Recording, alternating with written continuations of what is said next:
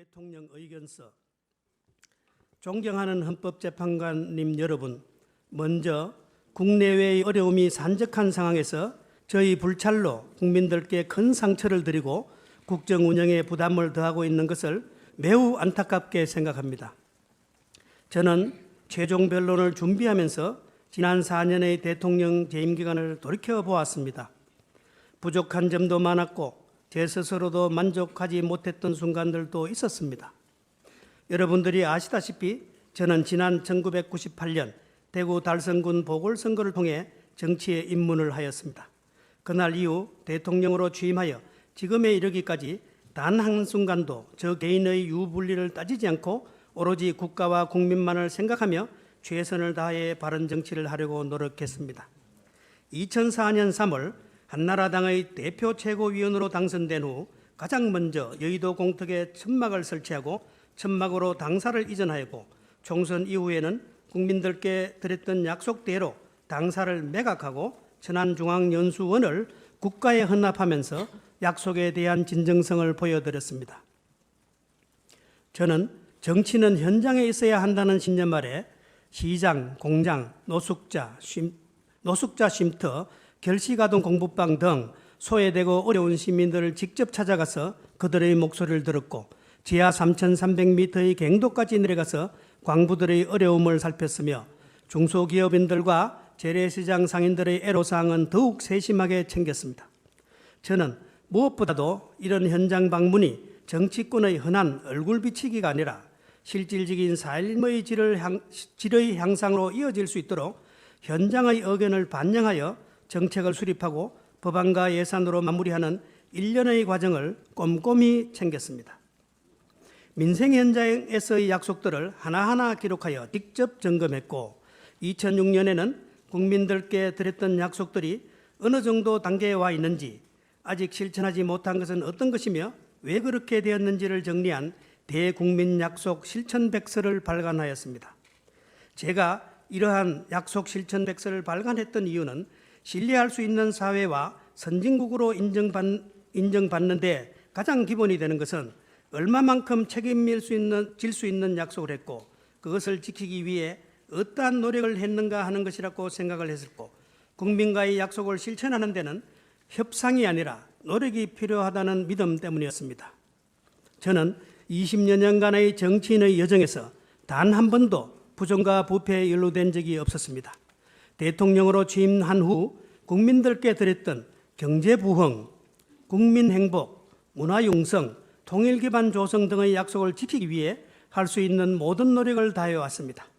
국민들의 믿음에 배신을 할 수 없다는 저희 약속과 신념 때문에 국정과제를 하나하나 직접 챙기면서 국가와 국민을 위해 헌신하는 마음으로 국정을 수행해 왔습니다.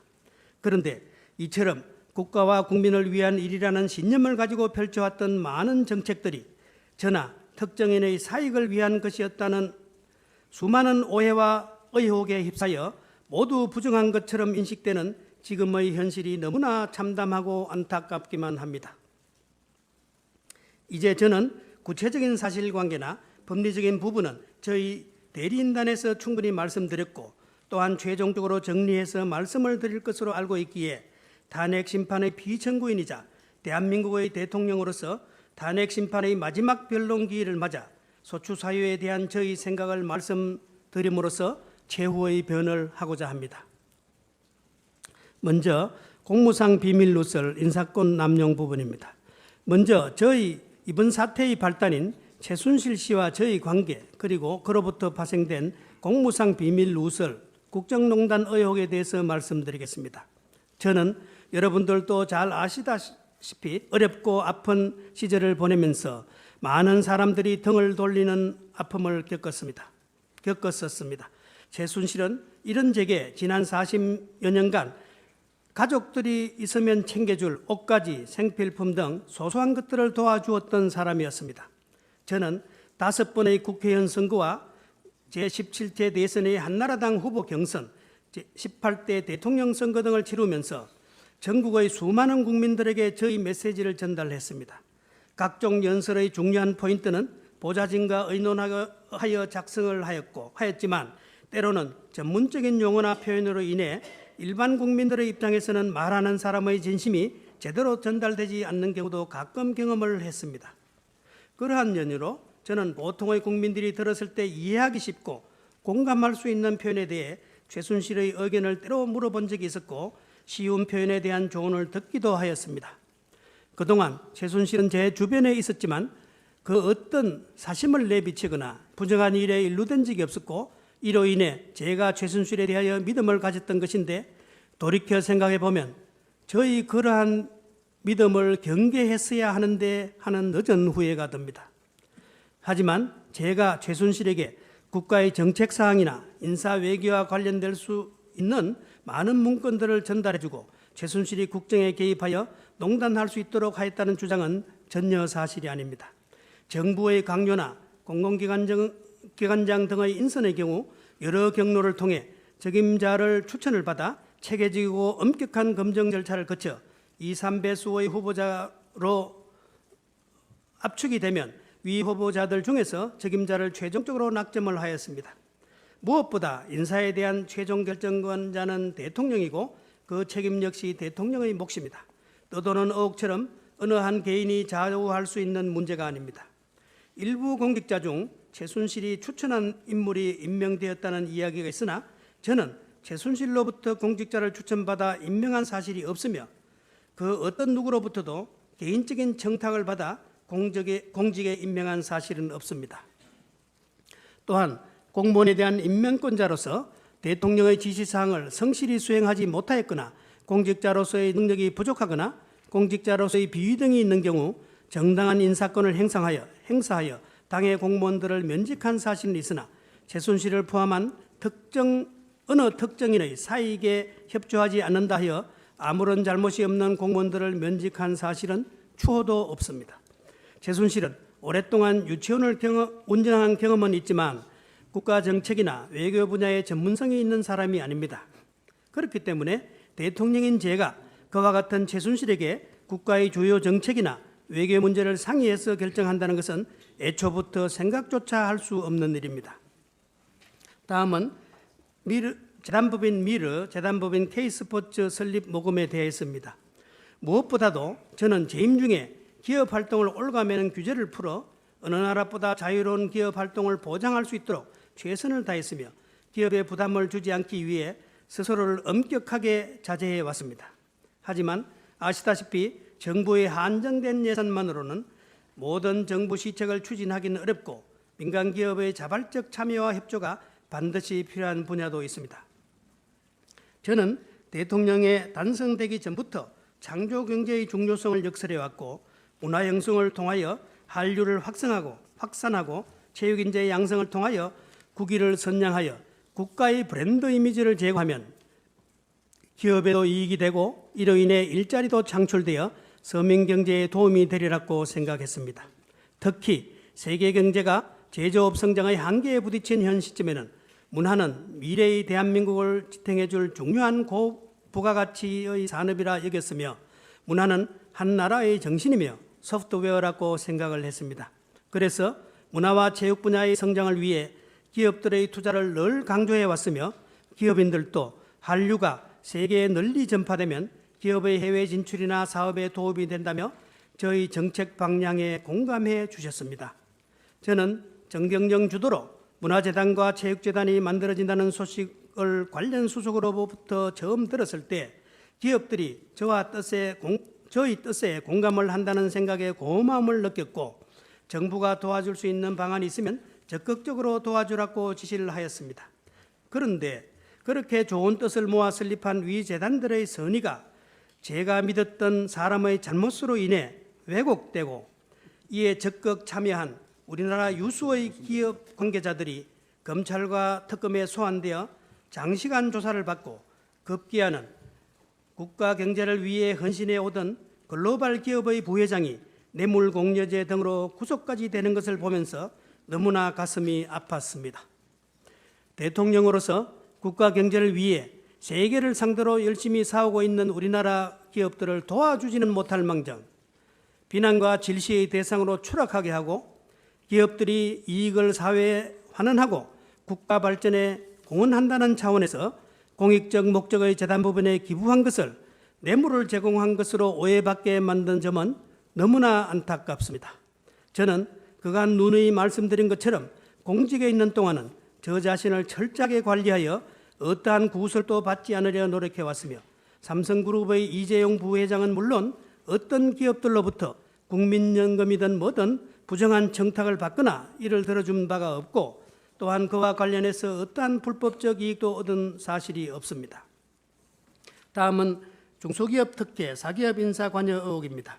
대통령이 특정 중소기업의 납품이나 수주를 도왔다거나 사기업의 인사에 관여했다는 의혹에 대해서 말씀드리겠습니다. 저는 20대 초반 어머님을 여의고 아버지를 도와 퍼스트레이디 역할을 대행했을 때부터 청와대에 들어온 민원을 점검하고 담당 부서들이 잘 처리하고 있는지 일일이 확인해야만 마음이 놓였으며 영세한 기업이나 어렵고 소외된 계층의 어려움을 조금이라도 들어주는 것이 국가 발전에 이바지하는 것이라고 생각을 했습니다. 저는 대통령으로 당선된 후 첫 경제 일정이 중소기업 중앙회를 방문한 것에서도 알 수 있듯이 평소에도 우수한 기술을 갖춘 중소기업들이 국내외의 제품을 납품할 수 있는 기회 한번 제대로 잡지 못하고 기술이 사장되는 것을 안타까워했었고 그럴 때마다 합법적인 범위 내에서 지원할 수 있는 방안을 찾도록 관련 부서에 요청하였습니다. 대통령이 귀찮아하지 않고 우수한 기업들의 애로사항을 적극적으로 해결해 주는 것이 올바른 국정수행이라고 생각했습니다. 대기업과 달리 중소기업은 우수한 기술력을 가지고 있음에도 불구하고 납품 카르텔이라는 장벽에 막혀 판로를 확보하지 못하여 힘들게 축적하고 발전시켜온 소중한 기술들이 사장되고 회사 역시 많은 어려움을 겪고 있다는 이야기를 전해 들으면서 많은 안타까움을 느꼈고 이에 대통령으로서 국정을 수행하면서 현장을 방문할 때마다 중소기업들의 민원 내지 이를 지원해야 한다는 건의가 있을 때마다 이를 귀찮아하지 않고 작은 부분이라도 챙겨줘야 한다는 것이 대통령의 당연한 의무라고 생각하고 관련 부서에 합법적인 범위 내에서 이를 지원할 방안을 찾도록 지시를 하였던 것입니다. 이는 결코 누군가의 부정한 청탁을 위해서 또는 누군가의 개인적인 이권이나 이익을 주기 위한 것이 아니었습니다. 최순실이 제게 소개했던 KD 코퍼레이션이라는 회사의 자료도 이러한 중소기업의 애로사항을 도와주려고 했던 연장선에서 판로를 알아봐 주라고 관련 수석에게 전달을 하였던 것이며 위 회사가 최순실의 지인이 경영한 회사이고 최순실이 이와 관련하여 금품을 받은 사실은 전혀 알지도 못했으며 상상조차 하지 못했습니다.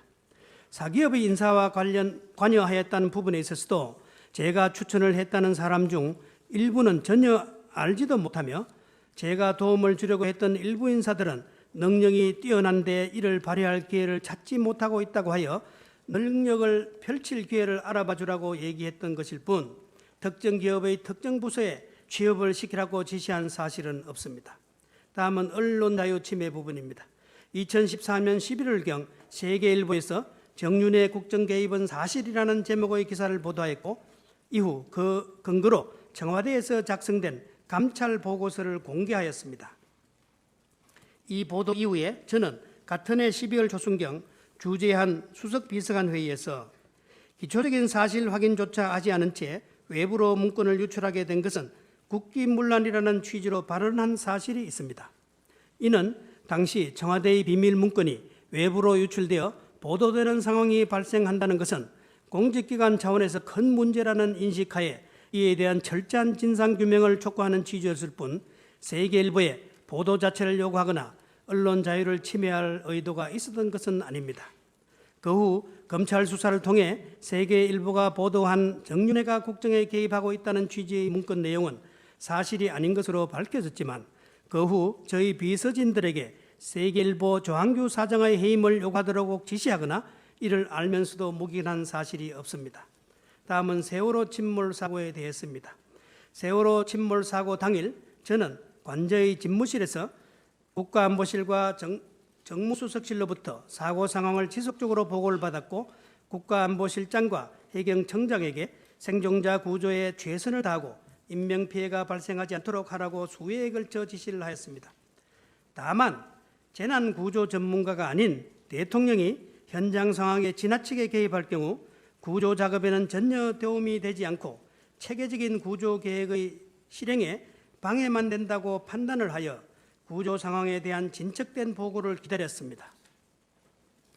전원구조라는 연이은 언론의 보도 및 관련 부서로부터 받은 통계 오류가 있다는 보고로 인해 당시 상황이 종료된 것으로 판단을 하였다가 전원구조라는 보도가 오보이고 피해 상황이 심각하다는 정정 보고를 받은 후에는 즉시 중대본 방문을 지시하였고 관계 공무원들에게 단 한 명의 생존 가능성도 포기하지 말고 동원 가능한 모든 인력과 장비를 동원하여 보다 세밀한 수색과 구조에 최선을 다하고 피해 가족들에게 도움이 될 조치라면 조금도 망설이지 말고 적극 협조하여 사고 현장의 가족들이 불편을 겪지 않도록 살펴달라고 지시하는 등 구조와 사고 수습에 최선을 다할 것을 독려하였습니다. 일각에서 당일 제가 관저에서 미용 시술을 받았다거나 의료 처치를 받았다고 주장하고 있으나 이는 전혀 사실이 아닙니다. 결론입니다. 저는 정치인으로서 지켜야 할 가치 중 가장 중요한 것은 국민과 한 약속을 지키는 것이라고 믿고 살아왔습니다. 대통령으로 취임한 그날부터 국민과의 약속을 실천하기 위해 저희 모든 시간과 노력을 쏟아 일해왔습니다. 저는 이 땅의 모든 우리 아이들이 자신의 꿈을 펼쳐나갈 수 있고 모든 젊은이들이 학교를 졸업하고 자신들이 원하는 직장을 가질 수 있는 길을 열어주어 우리 후손들이 자신의 꿈을 펼칠 수 있는 풍요로운 나라를 만드는 것이 이 나라의 정치인으로서 그리고 대통령으로서 책임지고 해야 할 사명으로 생각하였고 이를 이룰 수 있다는 확신과 믿음을 가지고 혼신의 노력을 다해왔습니다. 땀 흘린 만큼 보상받고 노력한 만큼 성공하는 나라, 법과 원칙을 지키는 사람들이 성공하는 상식이 통하는 그런 나라를 만드는 것이 저희 소망이라고 생각했습니다. 돌아보면 대한민국의 대통령으로서 제게 주어진 소명을 수행하기 위해 보낸 지난 시간들은 국민과의 약속을 실천하는 시간들이었고 그 과정에서 아쉬움도 많았지만 국민 여러분들과 함께 할 수 있어서 참으로 행복했습니다. 이번 사건을 겪으면서 주변을 제대로 살피고 관리하지 못한 저희 불찰로 인해 국민들의 마음을 상하게 해드린 점에 대해서는 다시 한번 송구스럽다는 말씀을 드립니다. 하지만 저는 단 한 번도 저희 사익을 위해 또는 특정인들의 개인적인 이익 추구를 도와주기 위해 제게 주어진 대통령으로서의 권한을 남용하거나 행사한 사실은 없습니다. 다수로부터 소수를 보호하고 배려하면서 인간에 대한 예의와 배려가 있으며 결과에 대한 정당성 못지않게 그 과정과 절차에 대한 정당성이 보장되는 것은 대한민국의 미래와 역사를 위해 바람직하다고 생각합니다. 저는 앞으로 어떤 상황이 오든 소중한 우리 대한민국과 국민들을 위해 갈라진 국민들의 마음을 모아 지금의 혼란을 조속히 극복하는 일에 최선을 다해 나가겠습니다. 우리에게 망각은 있을 수 있어도 남이 지키고자 한 선의의 약속까지 왜곡해서는 안 될 것입니다. 헌법재판관님들의 현명한 판단과 깊은 해량을 부탁드립니다. 2017년 2월 27일 대통령 박근혜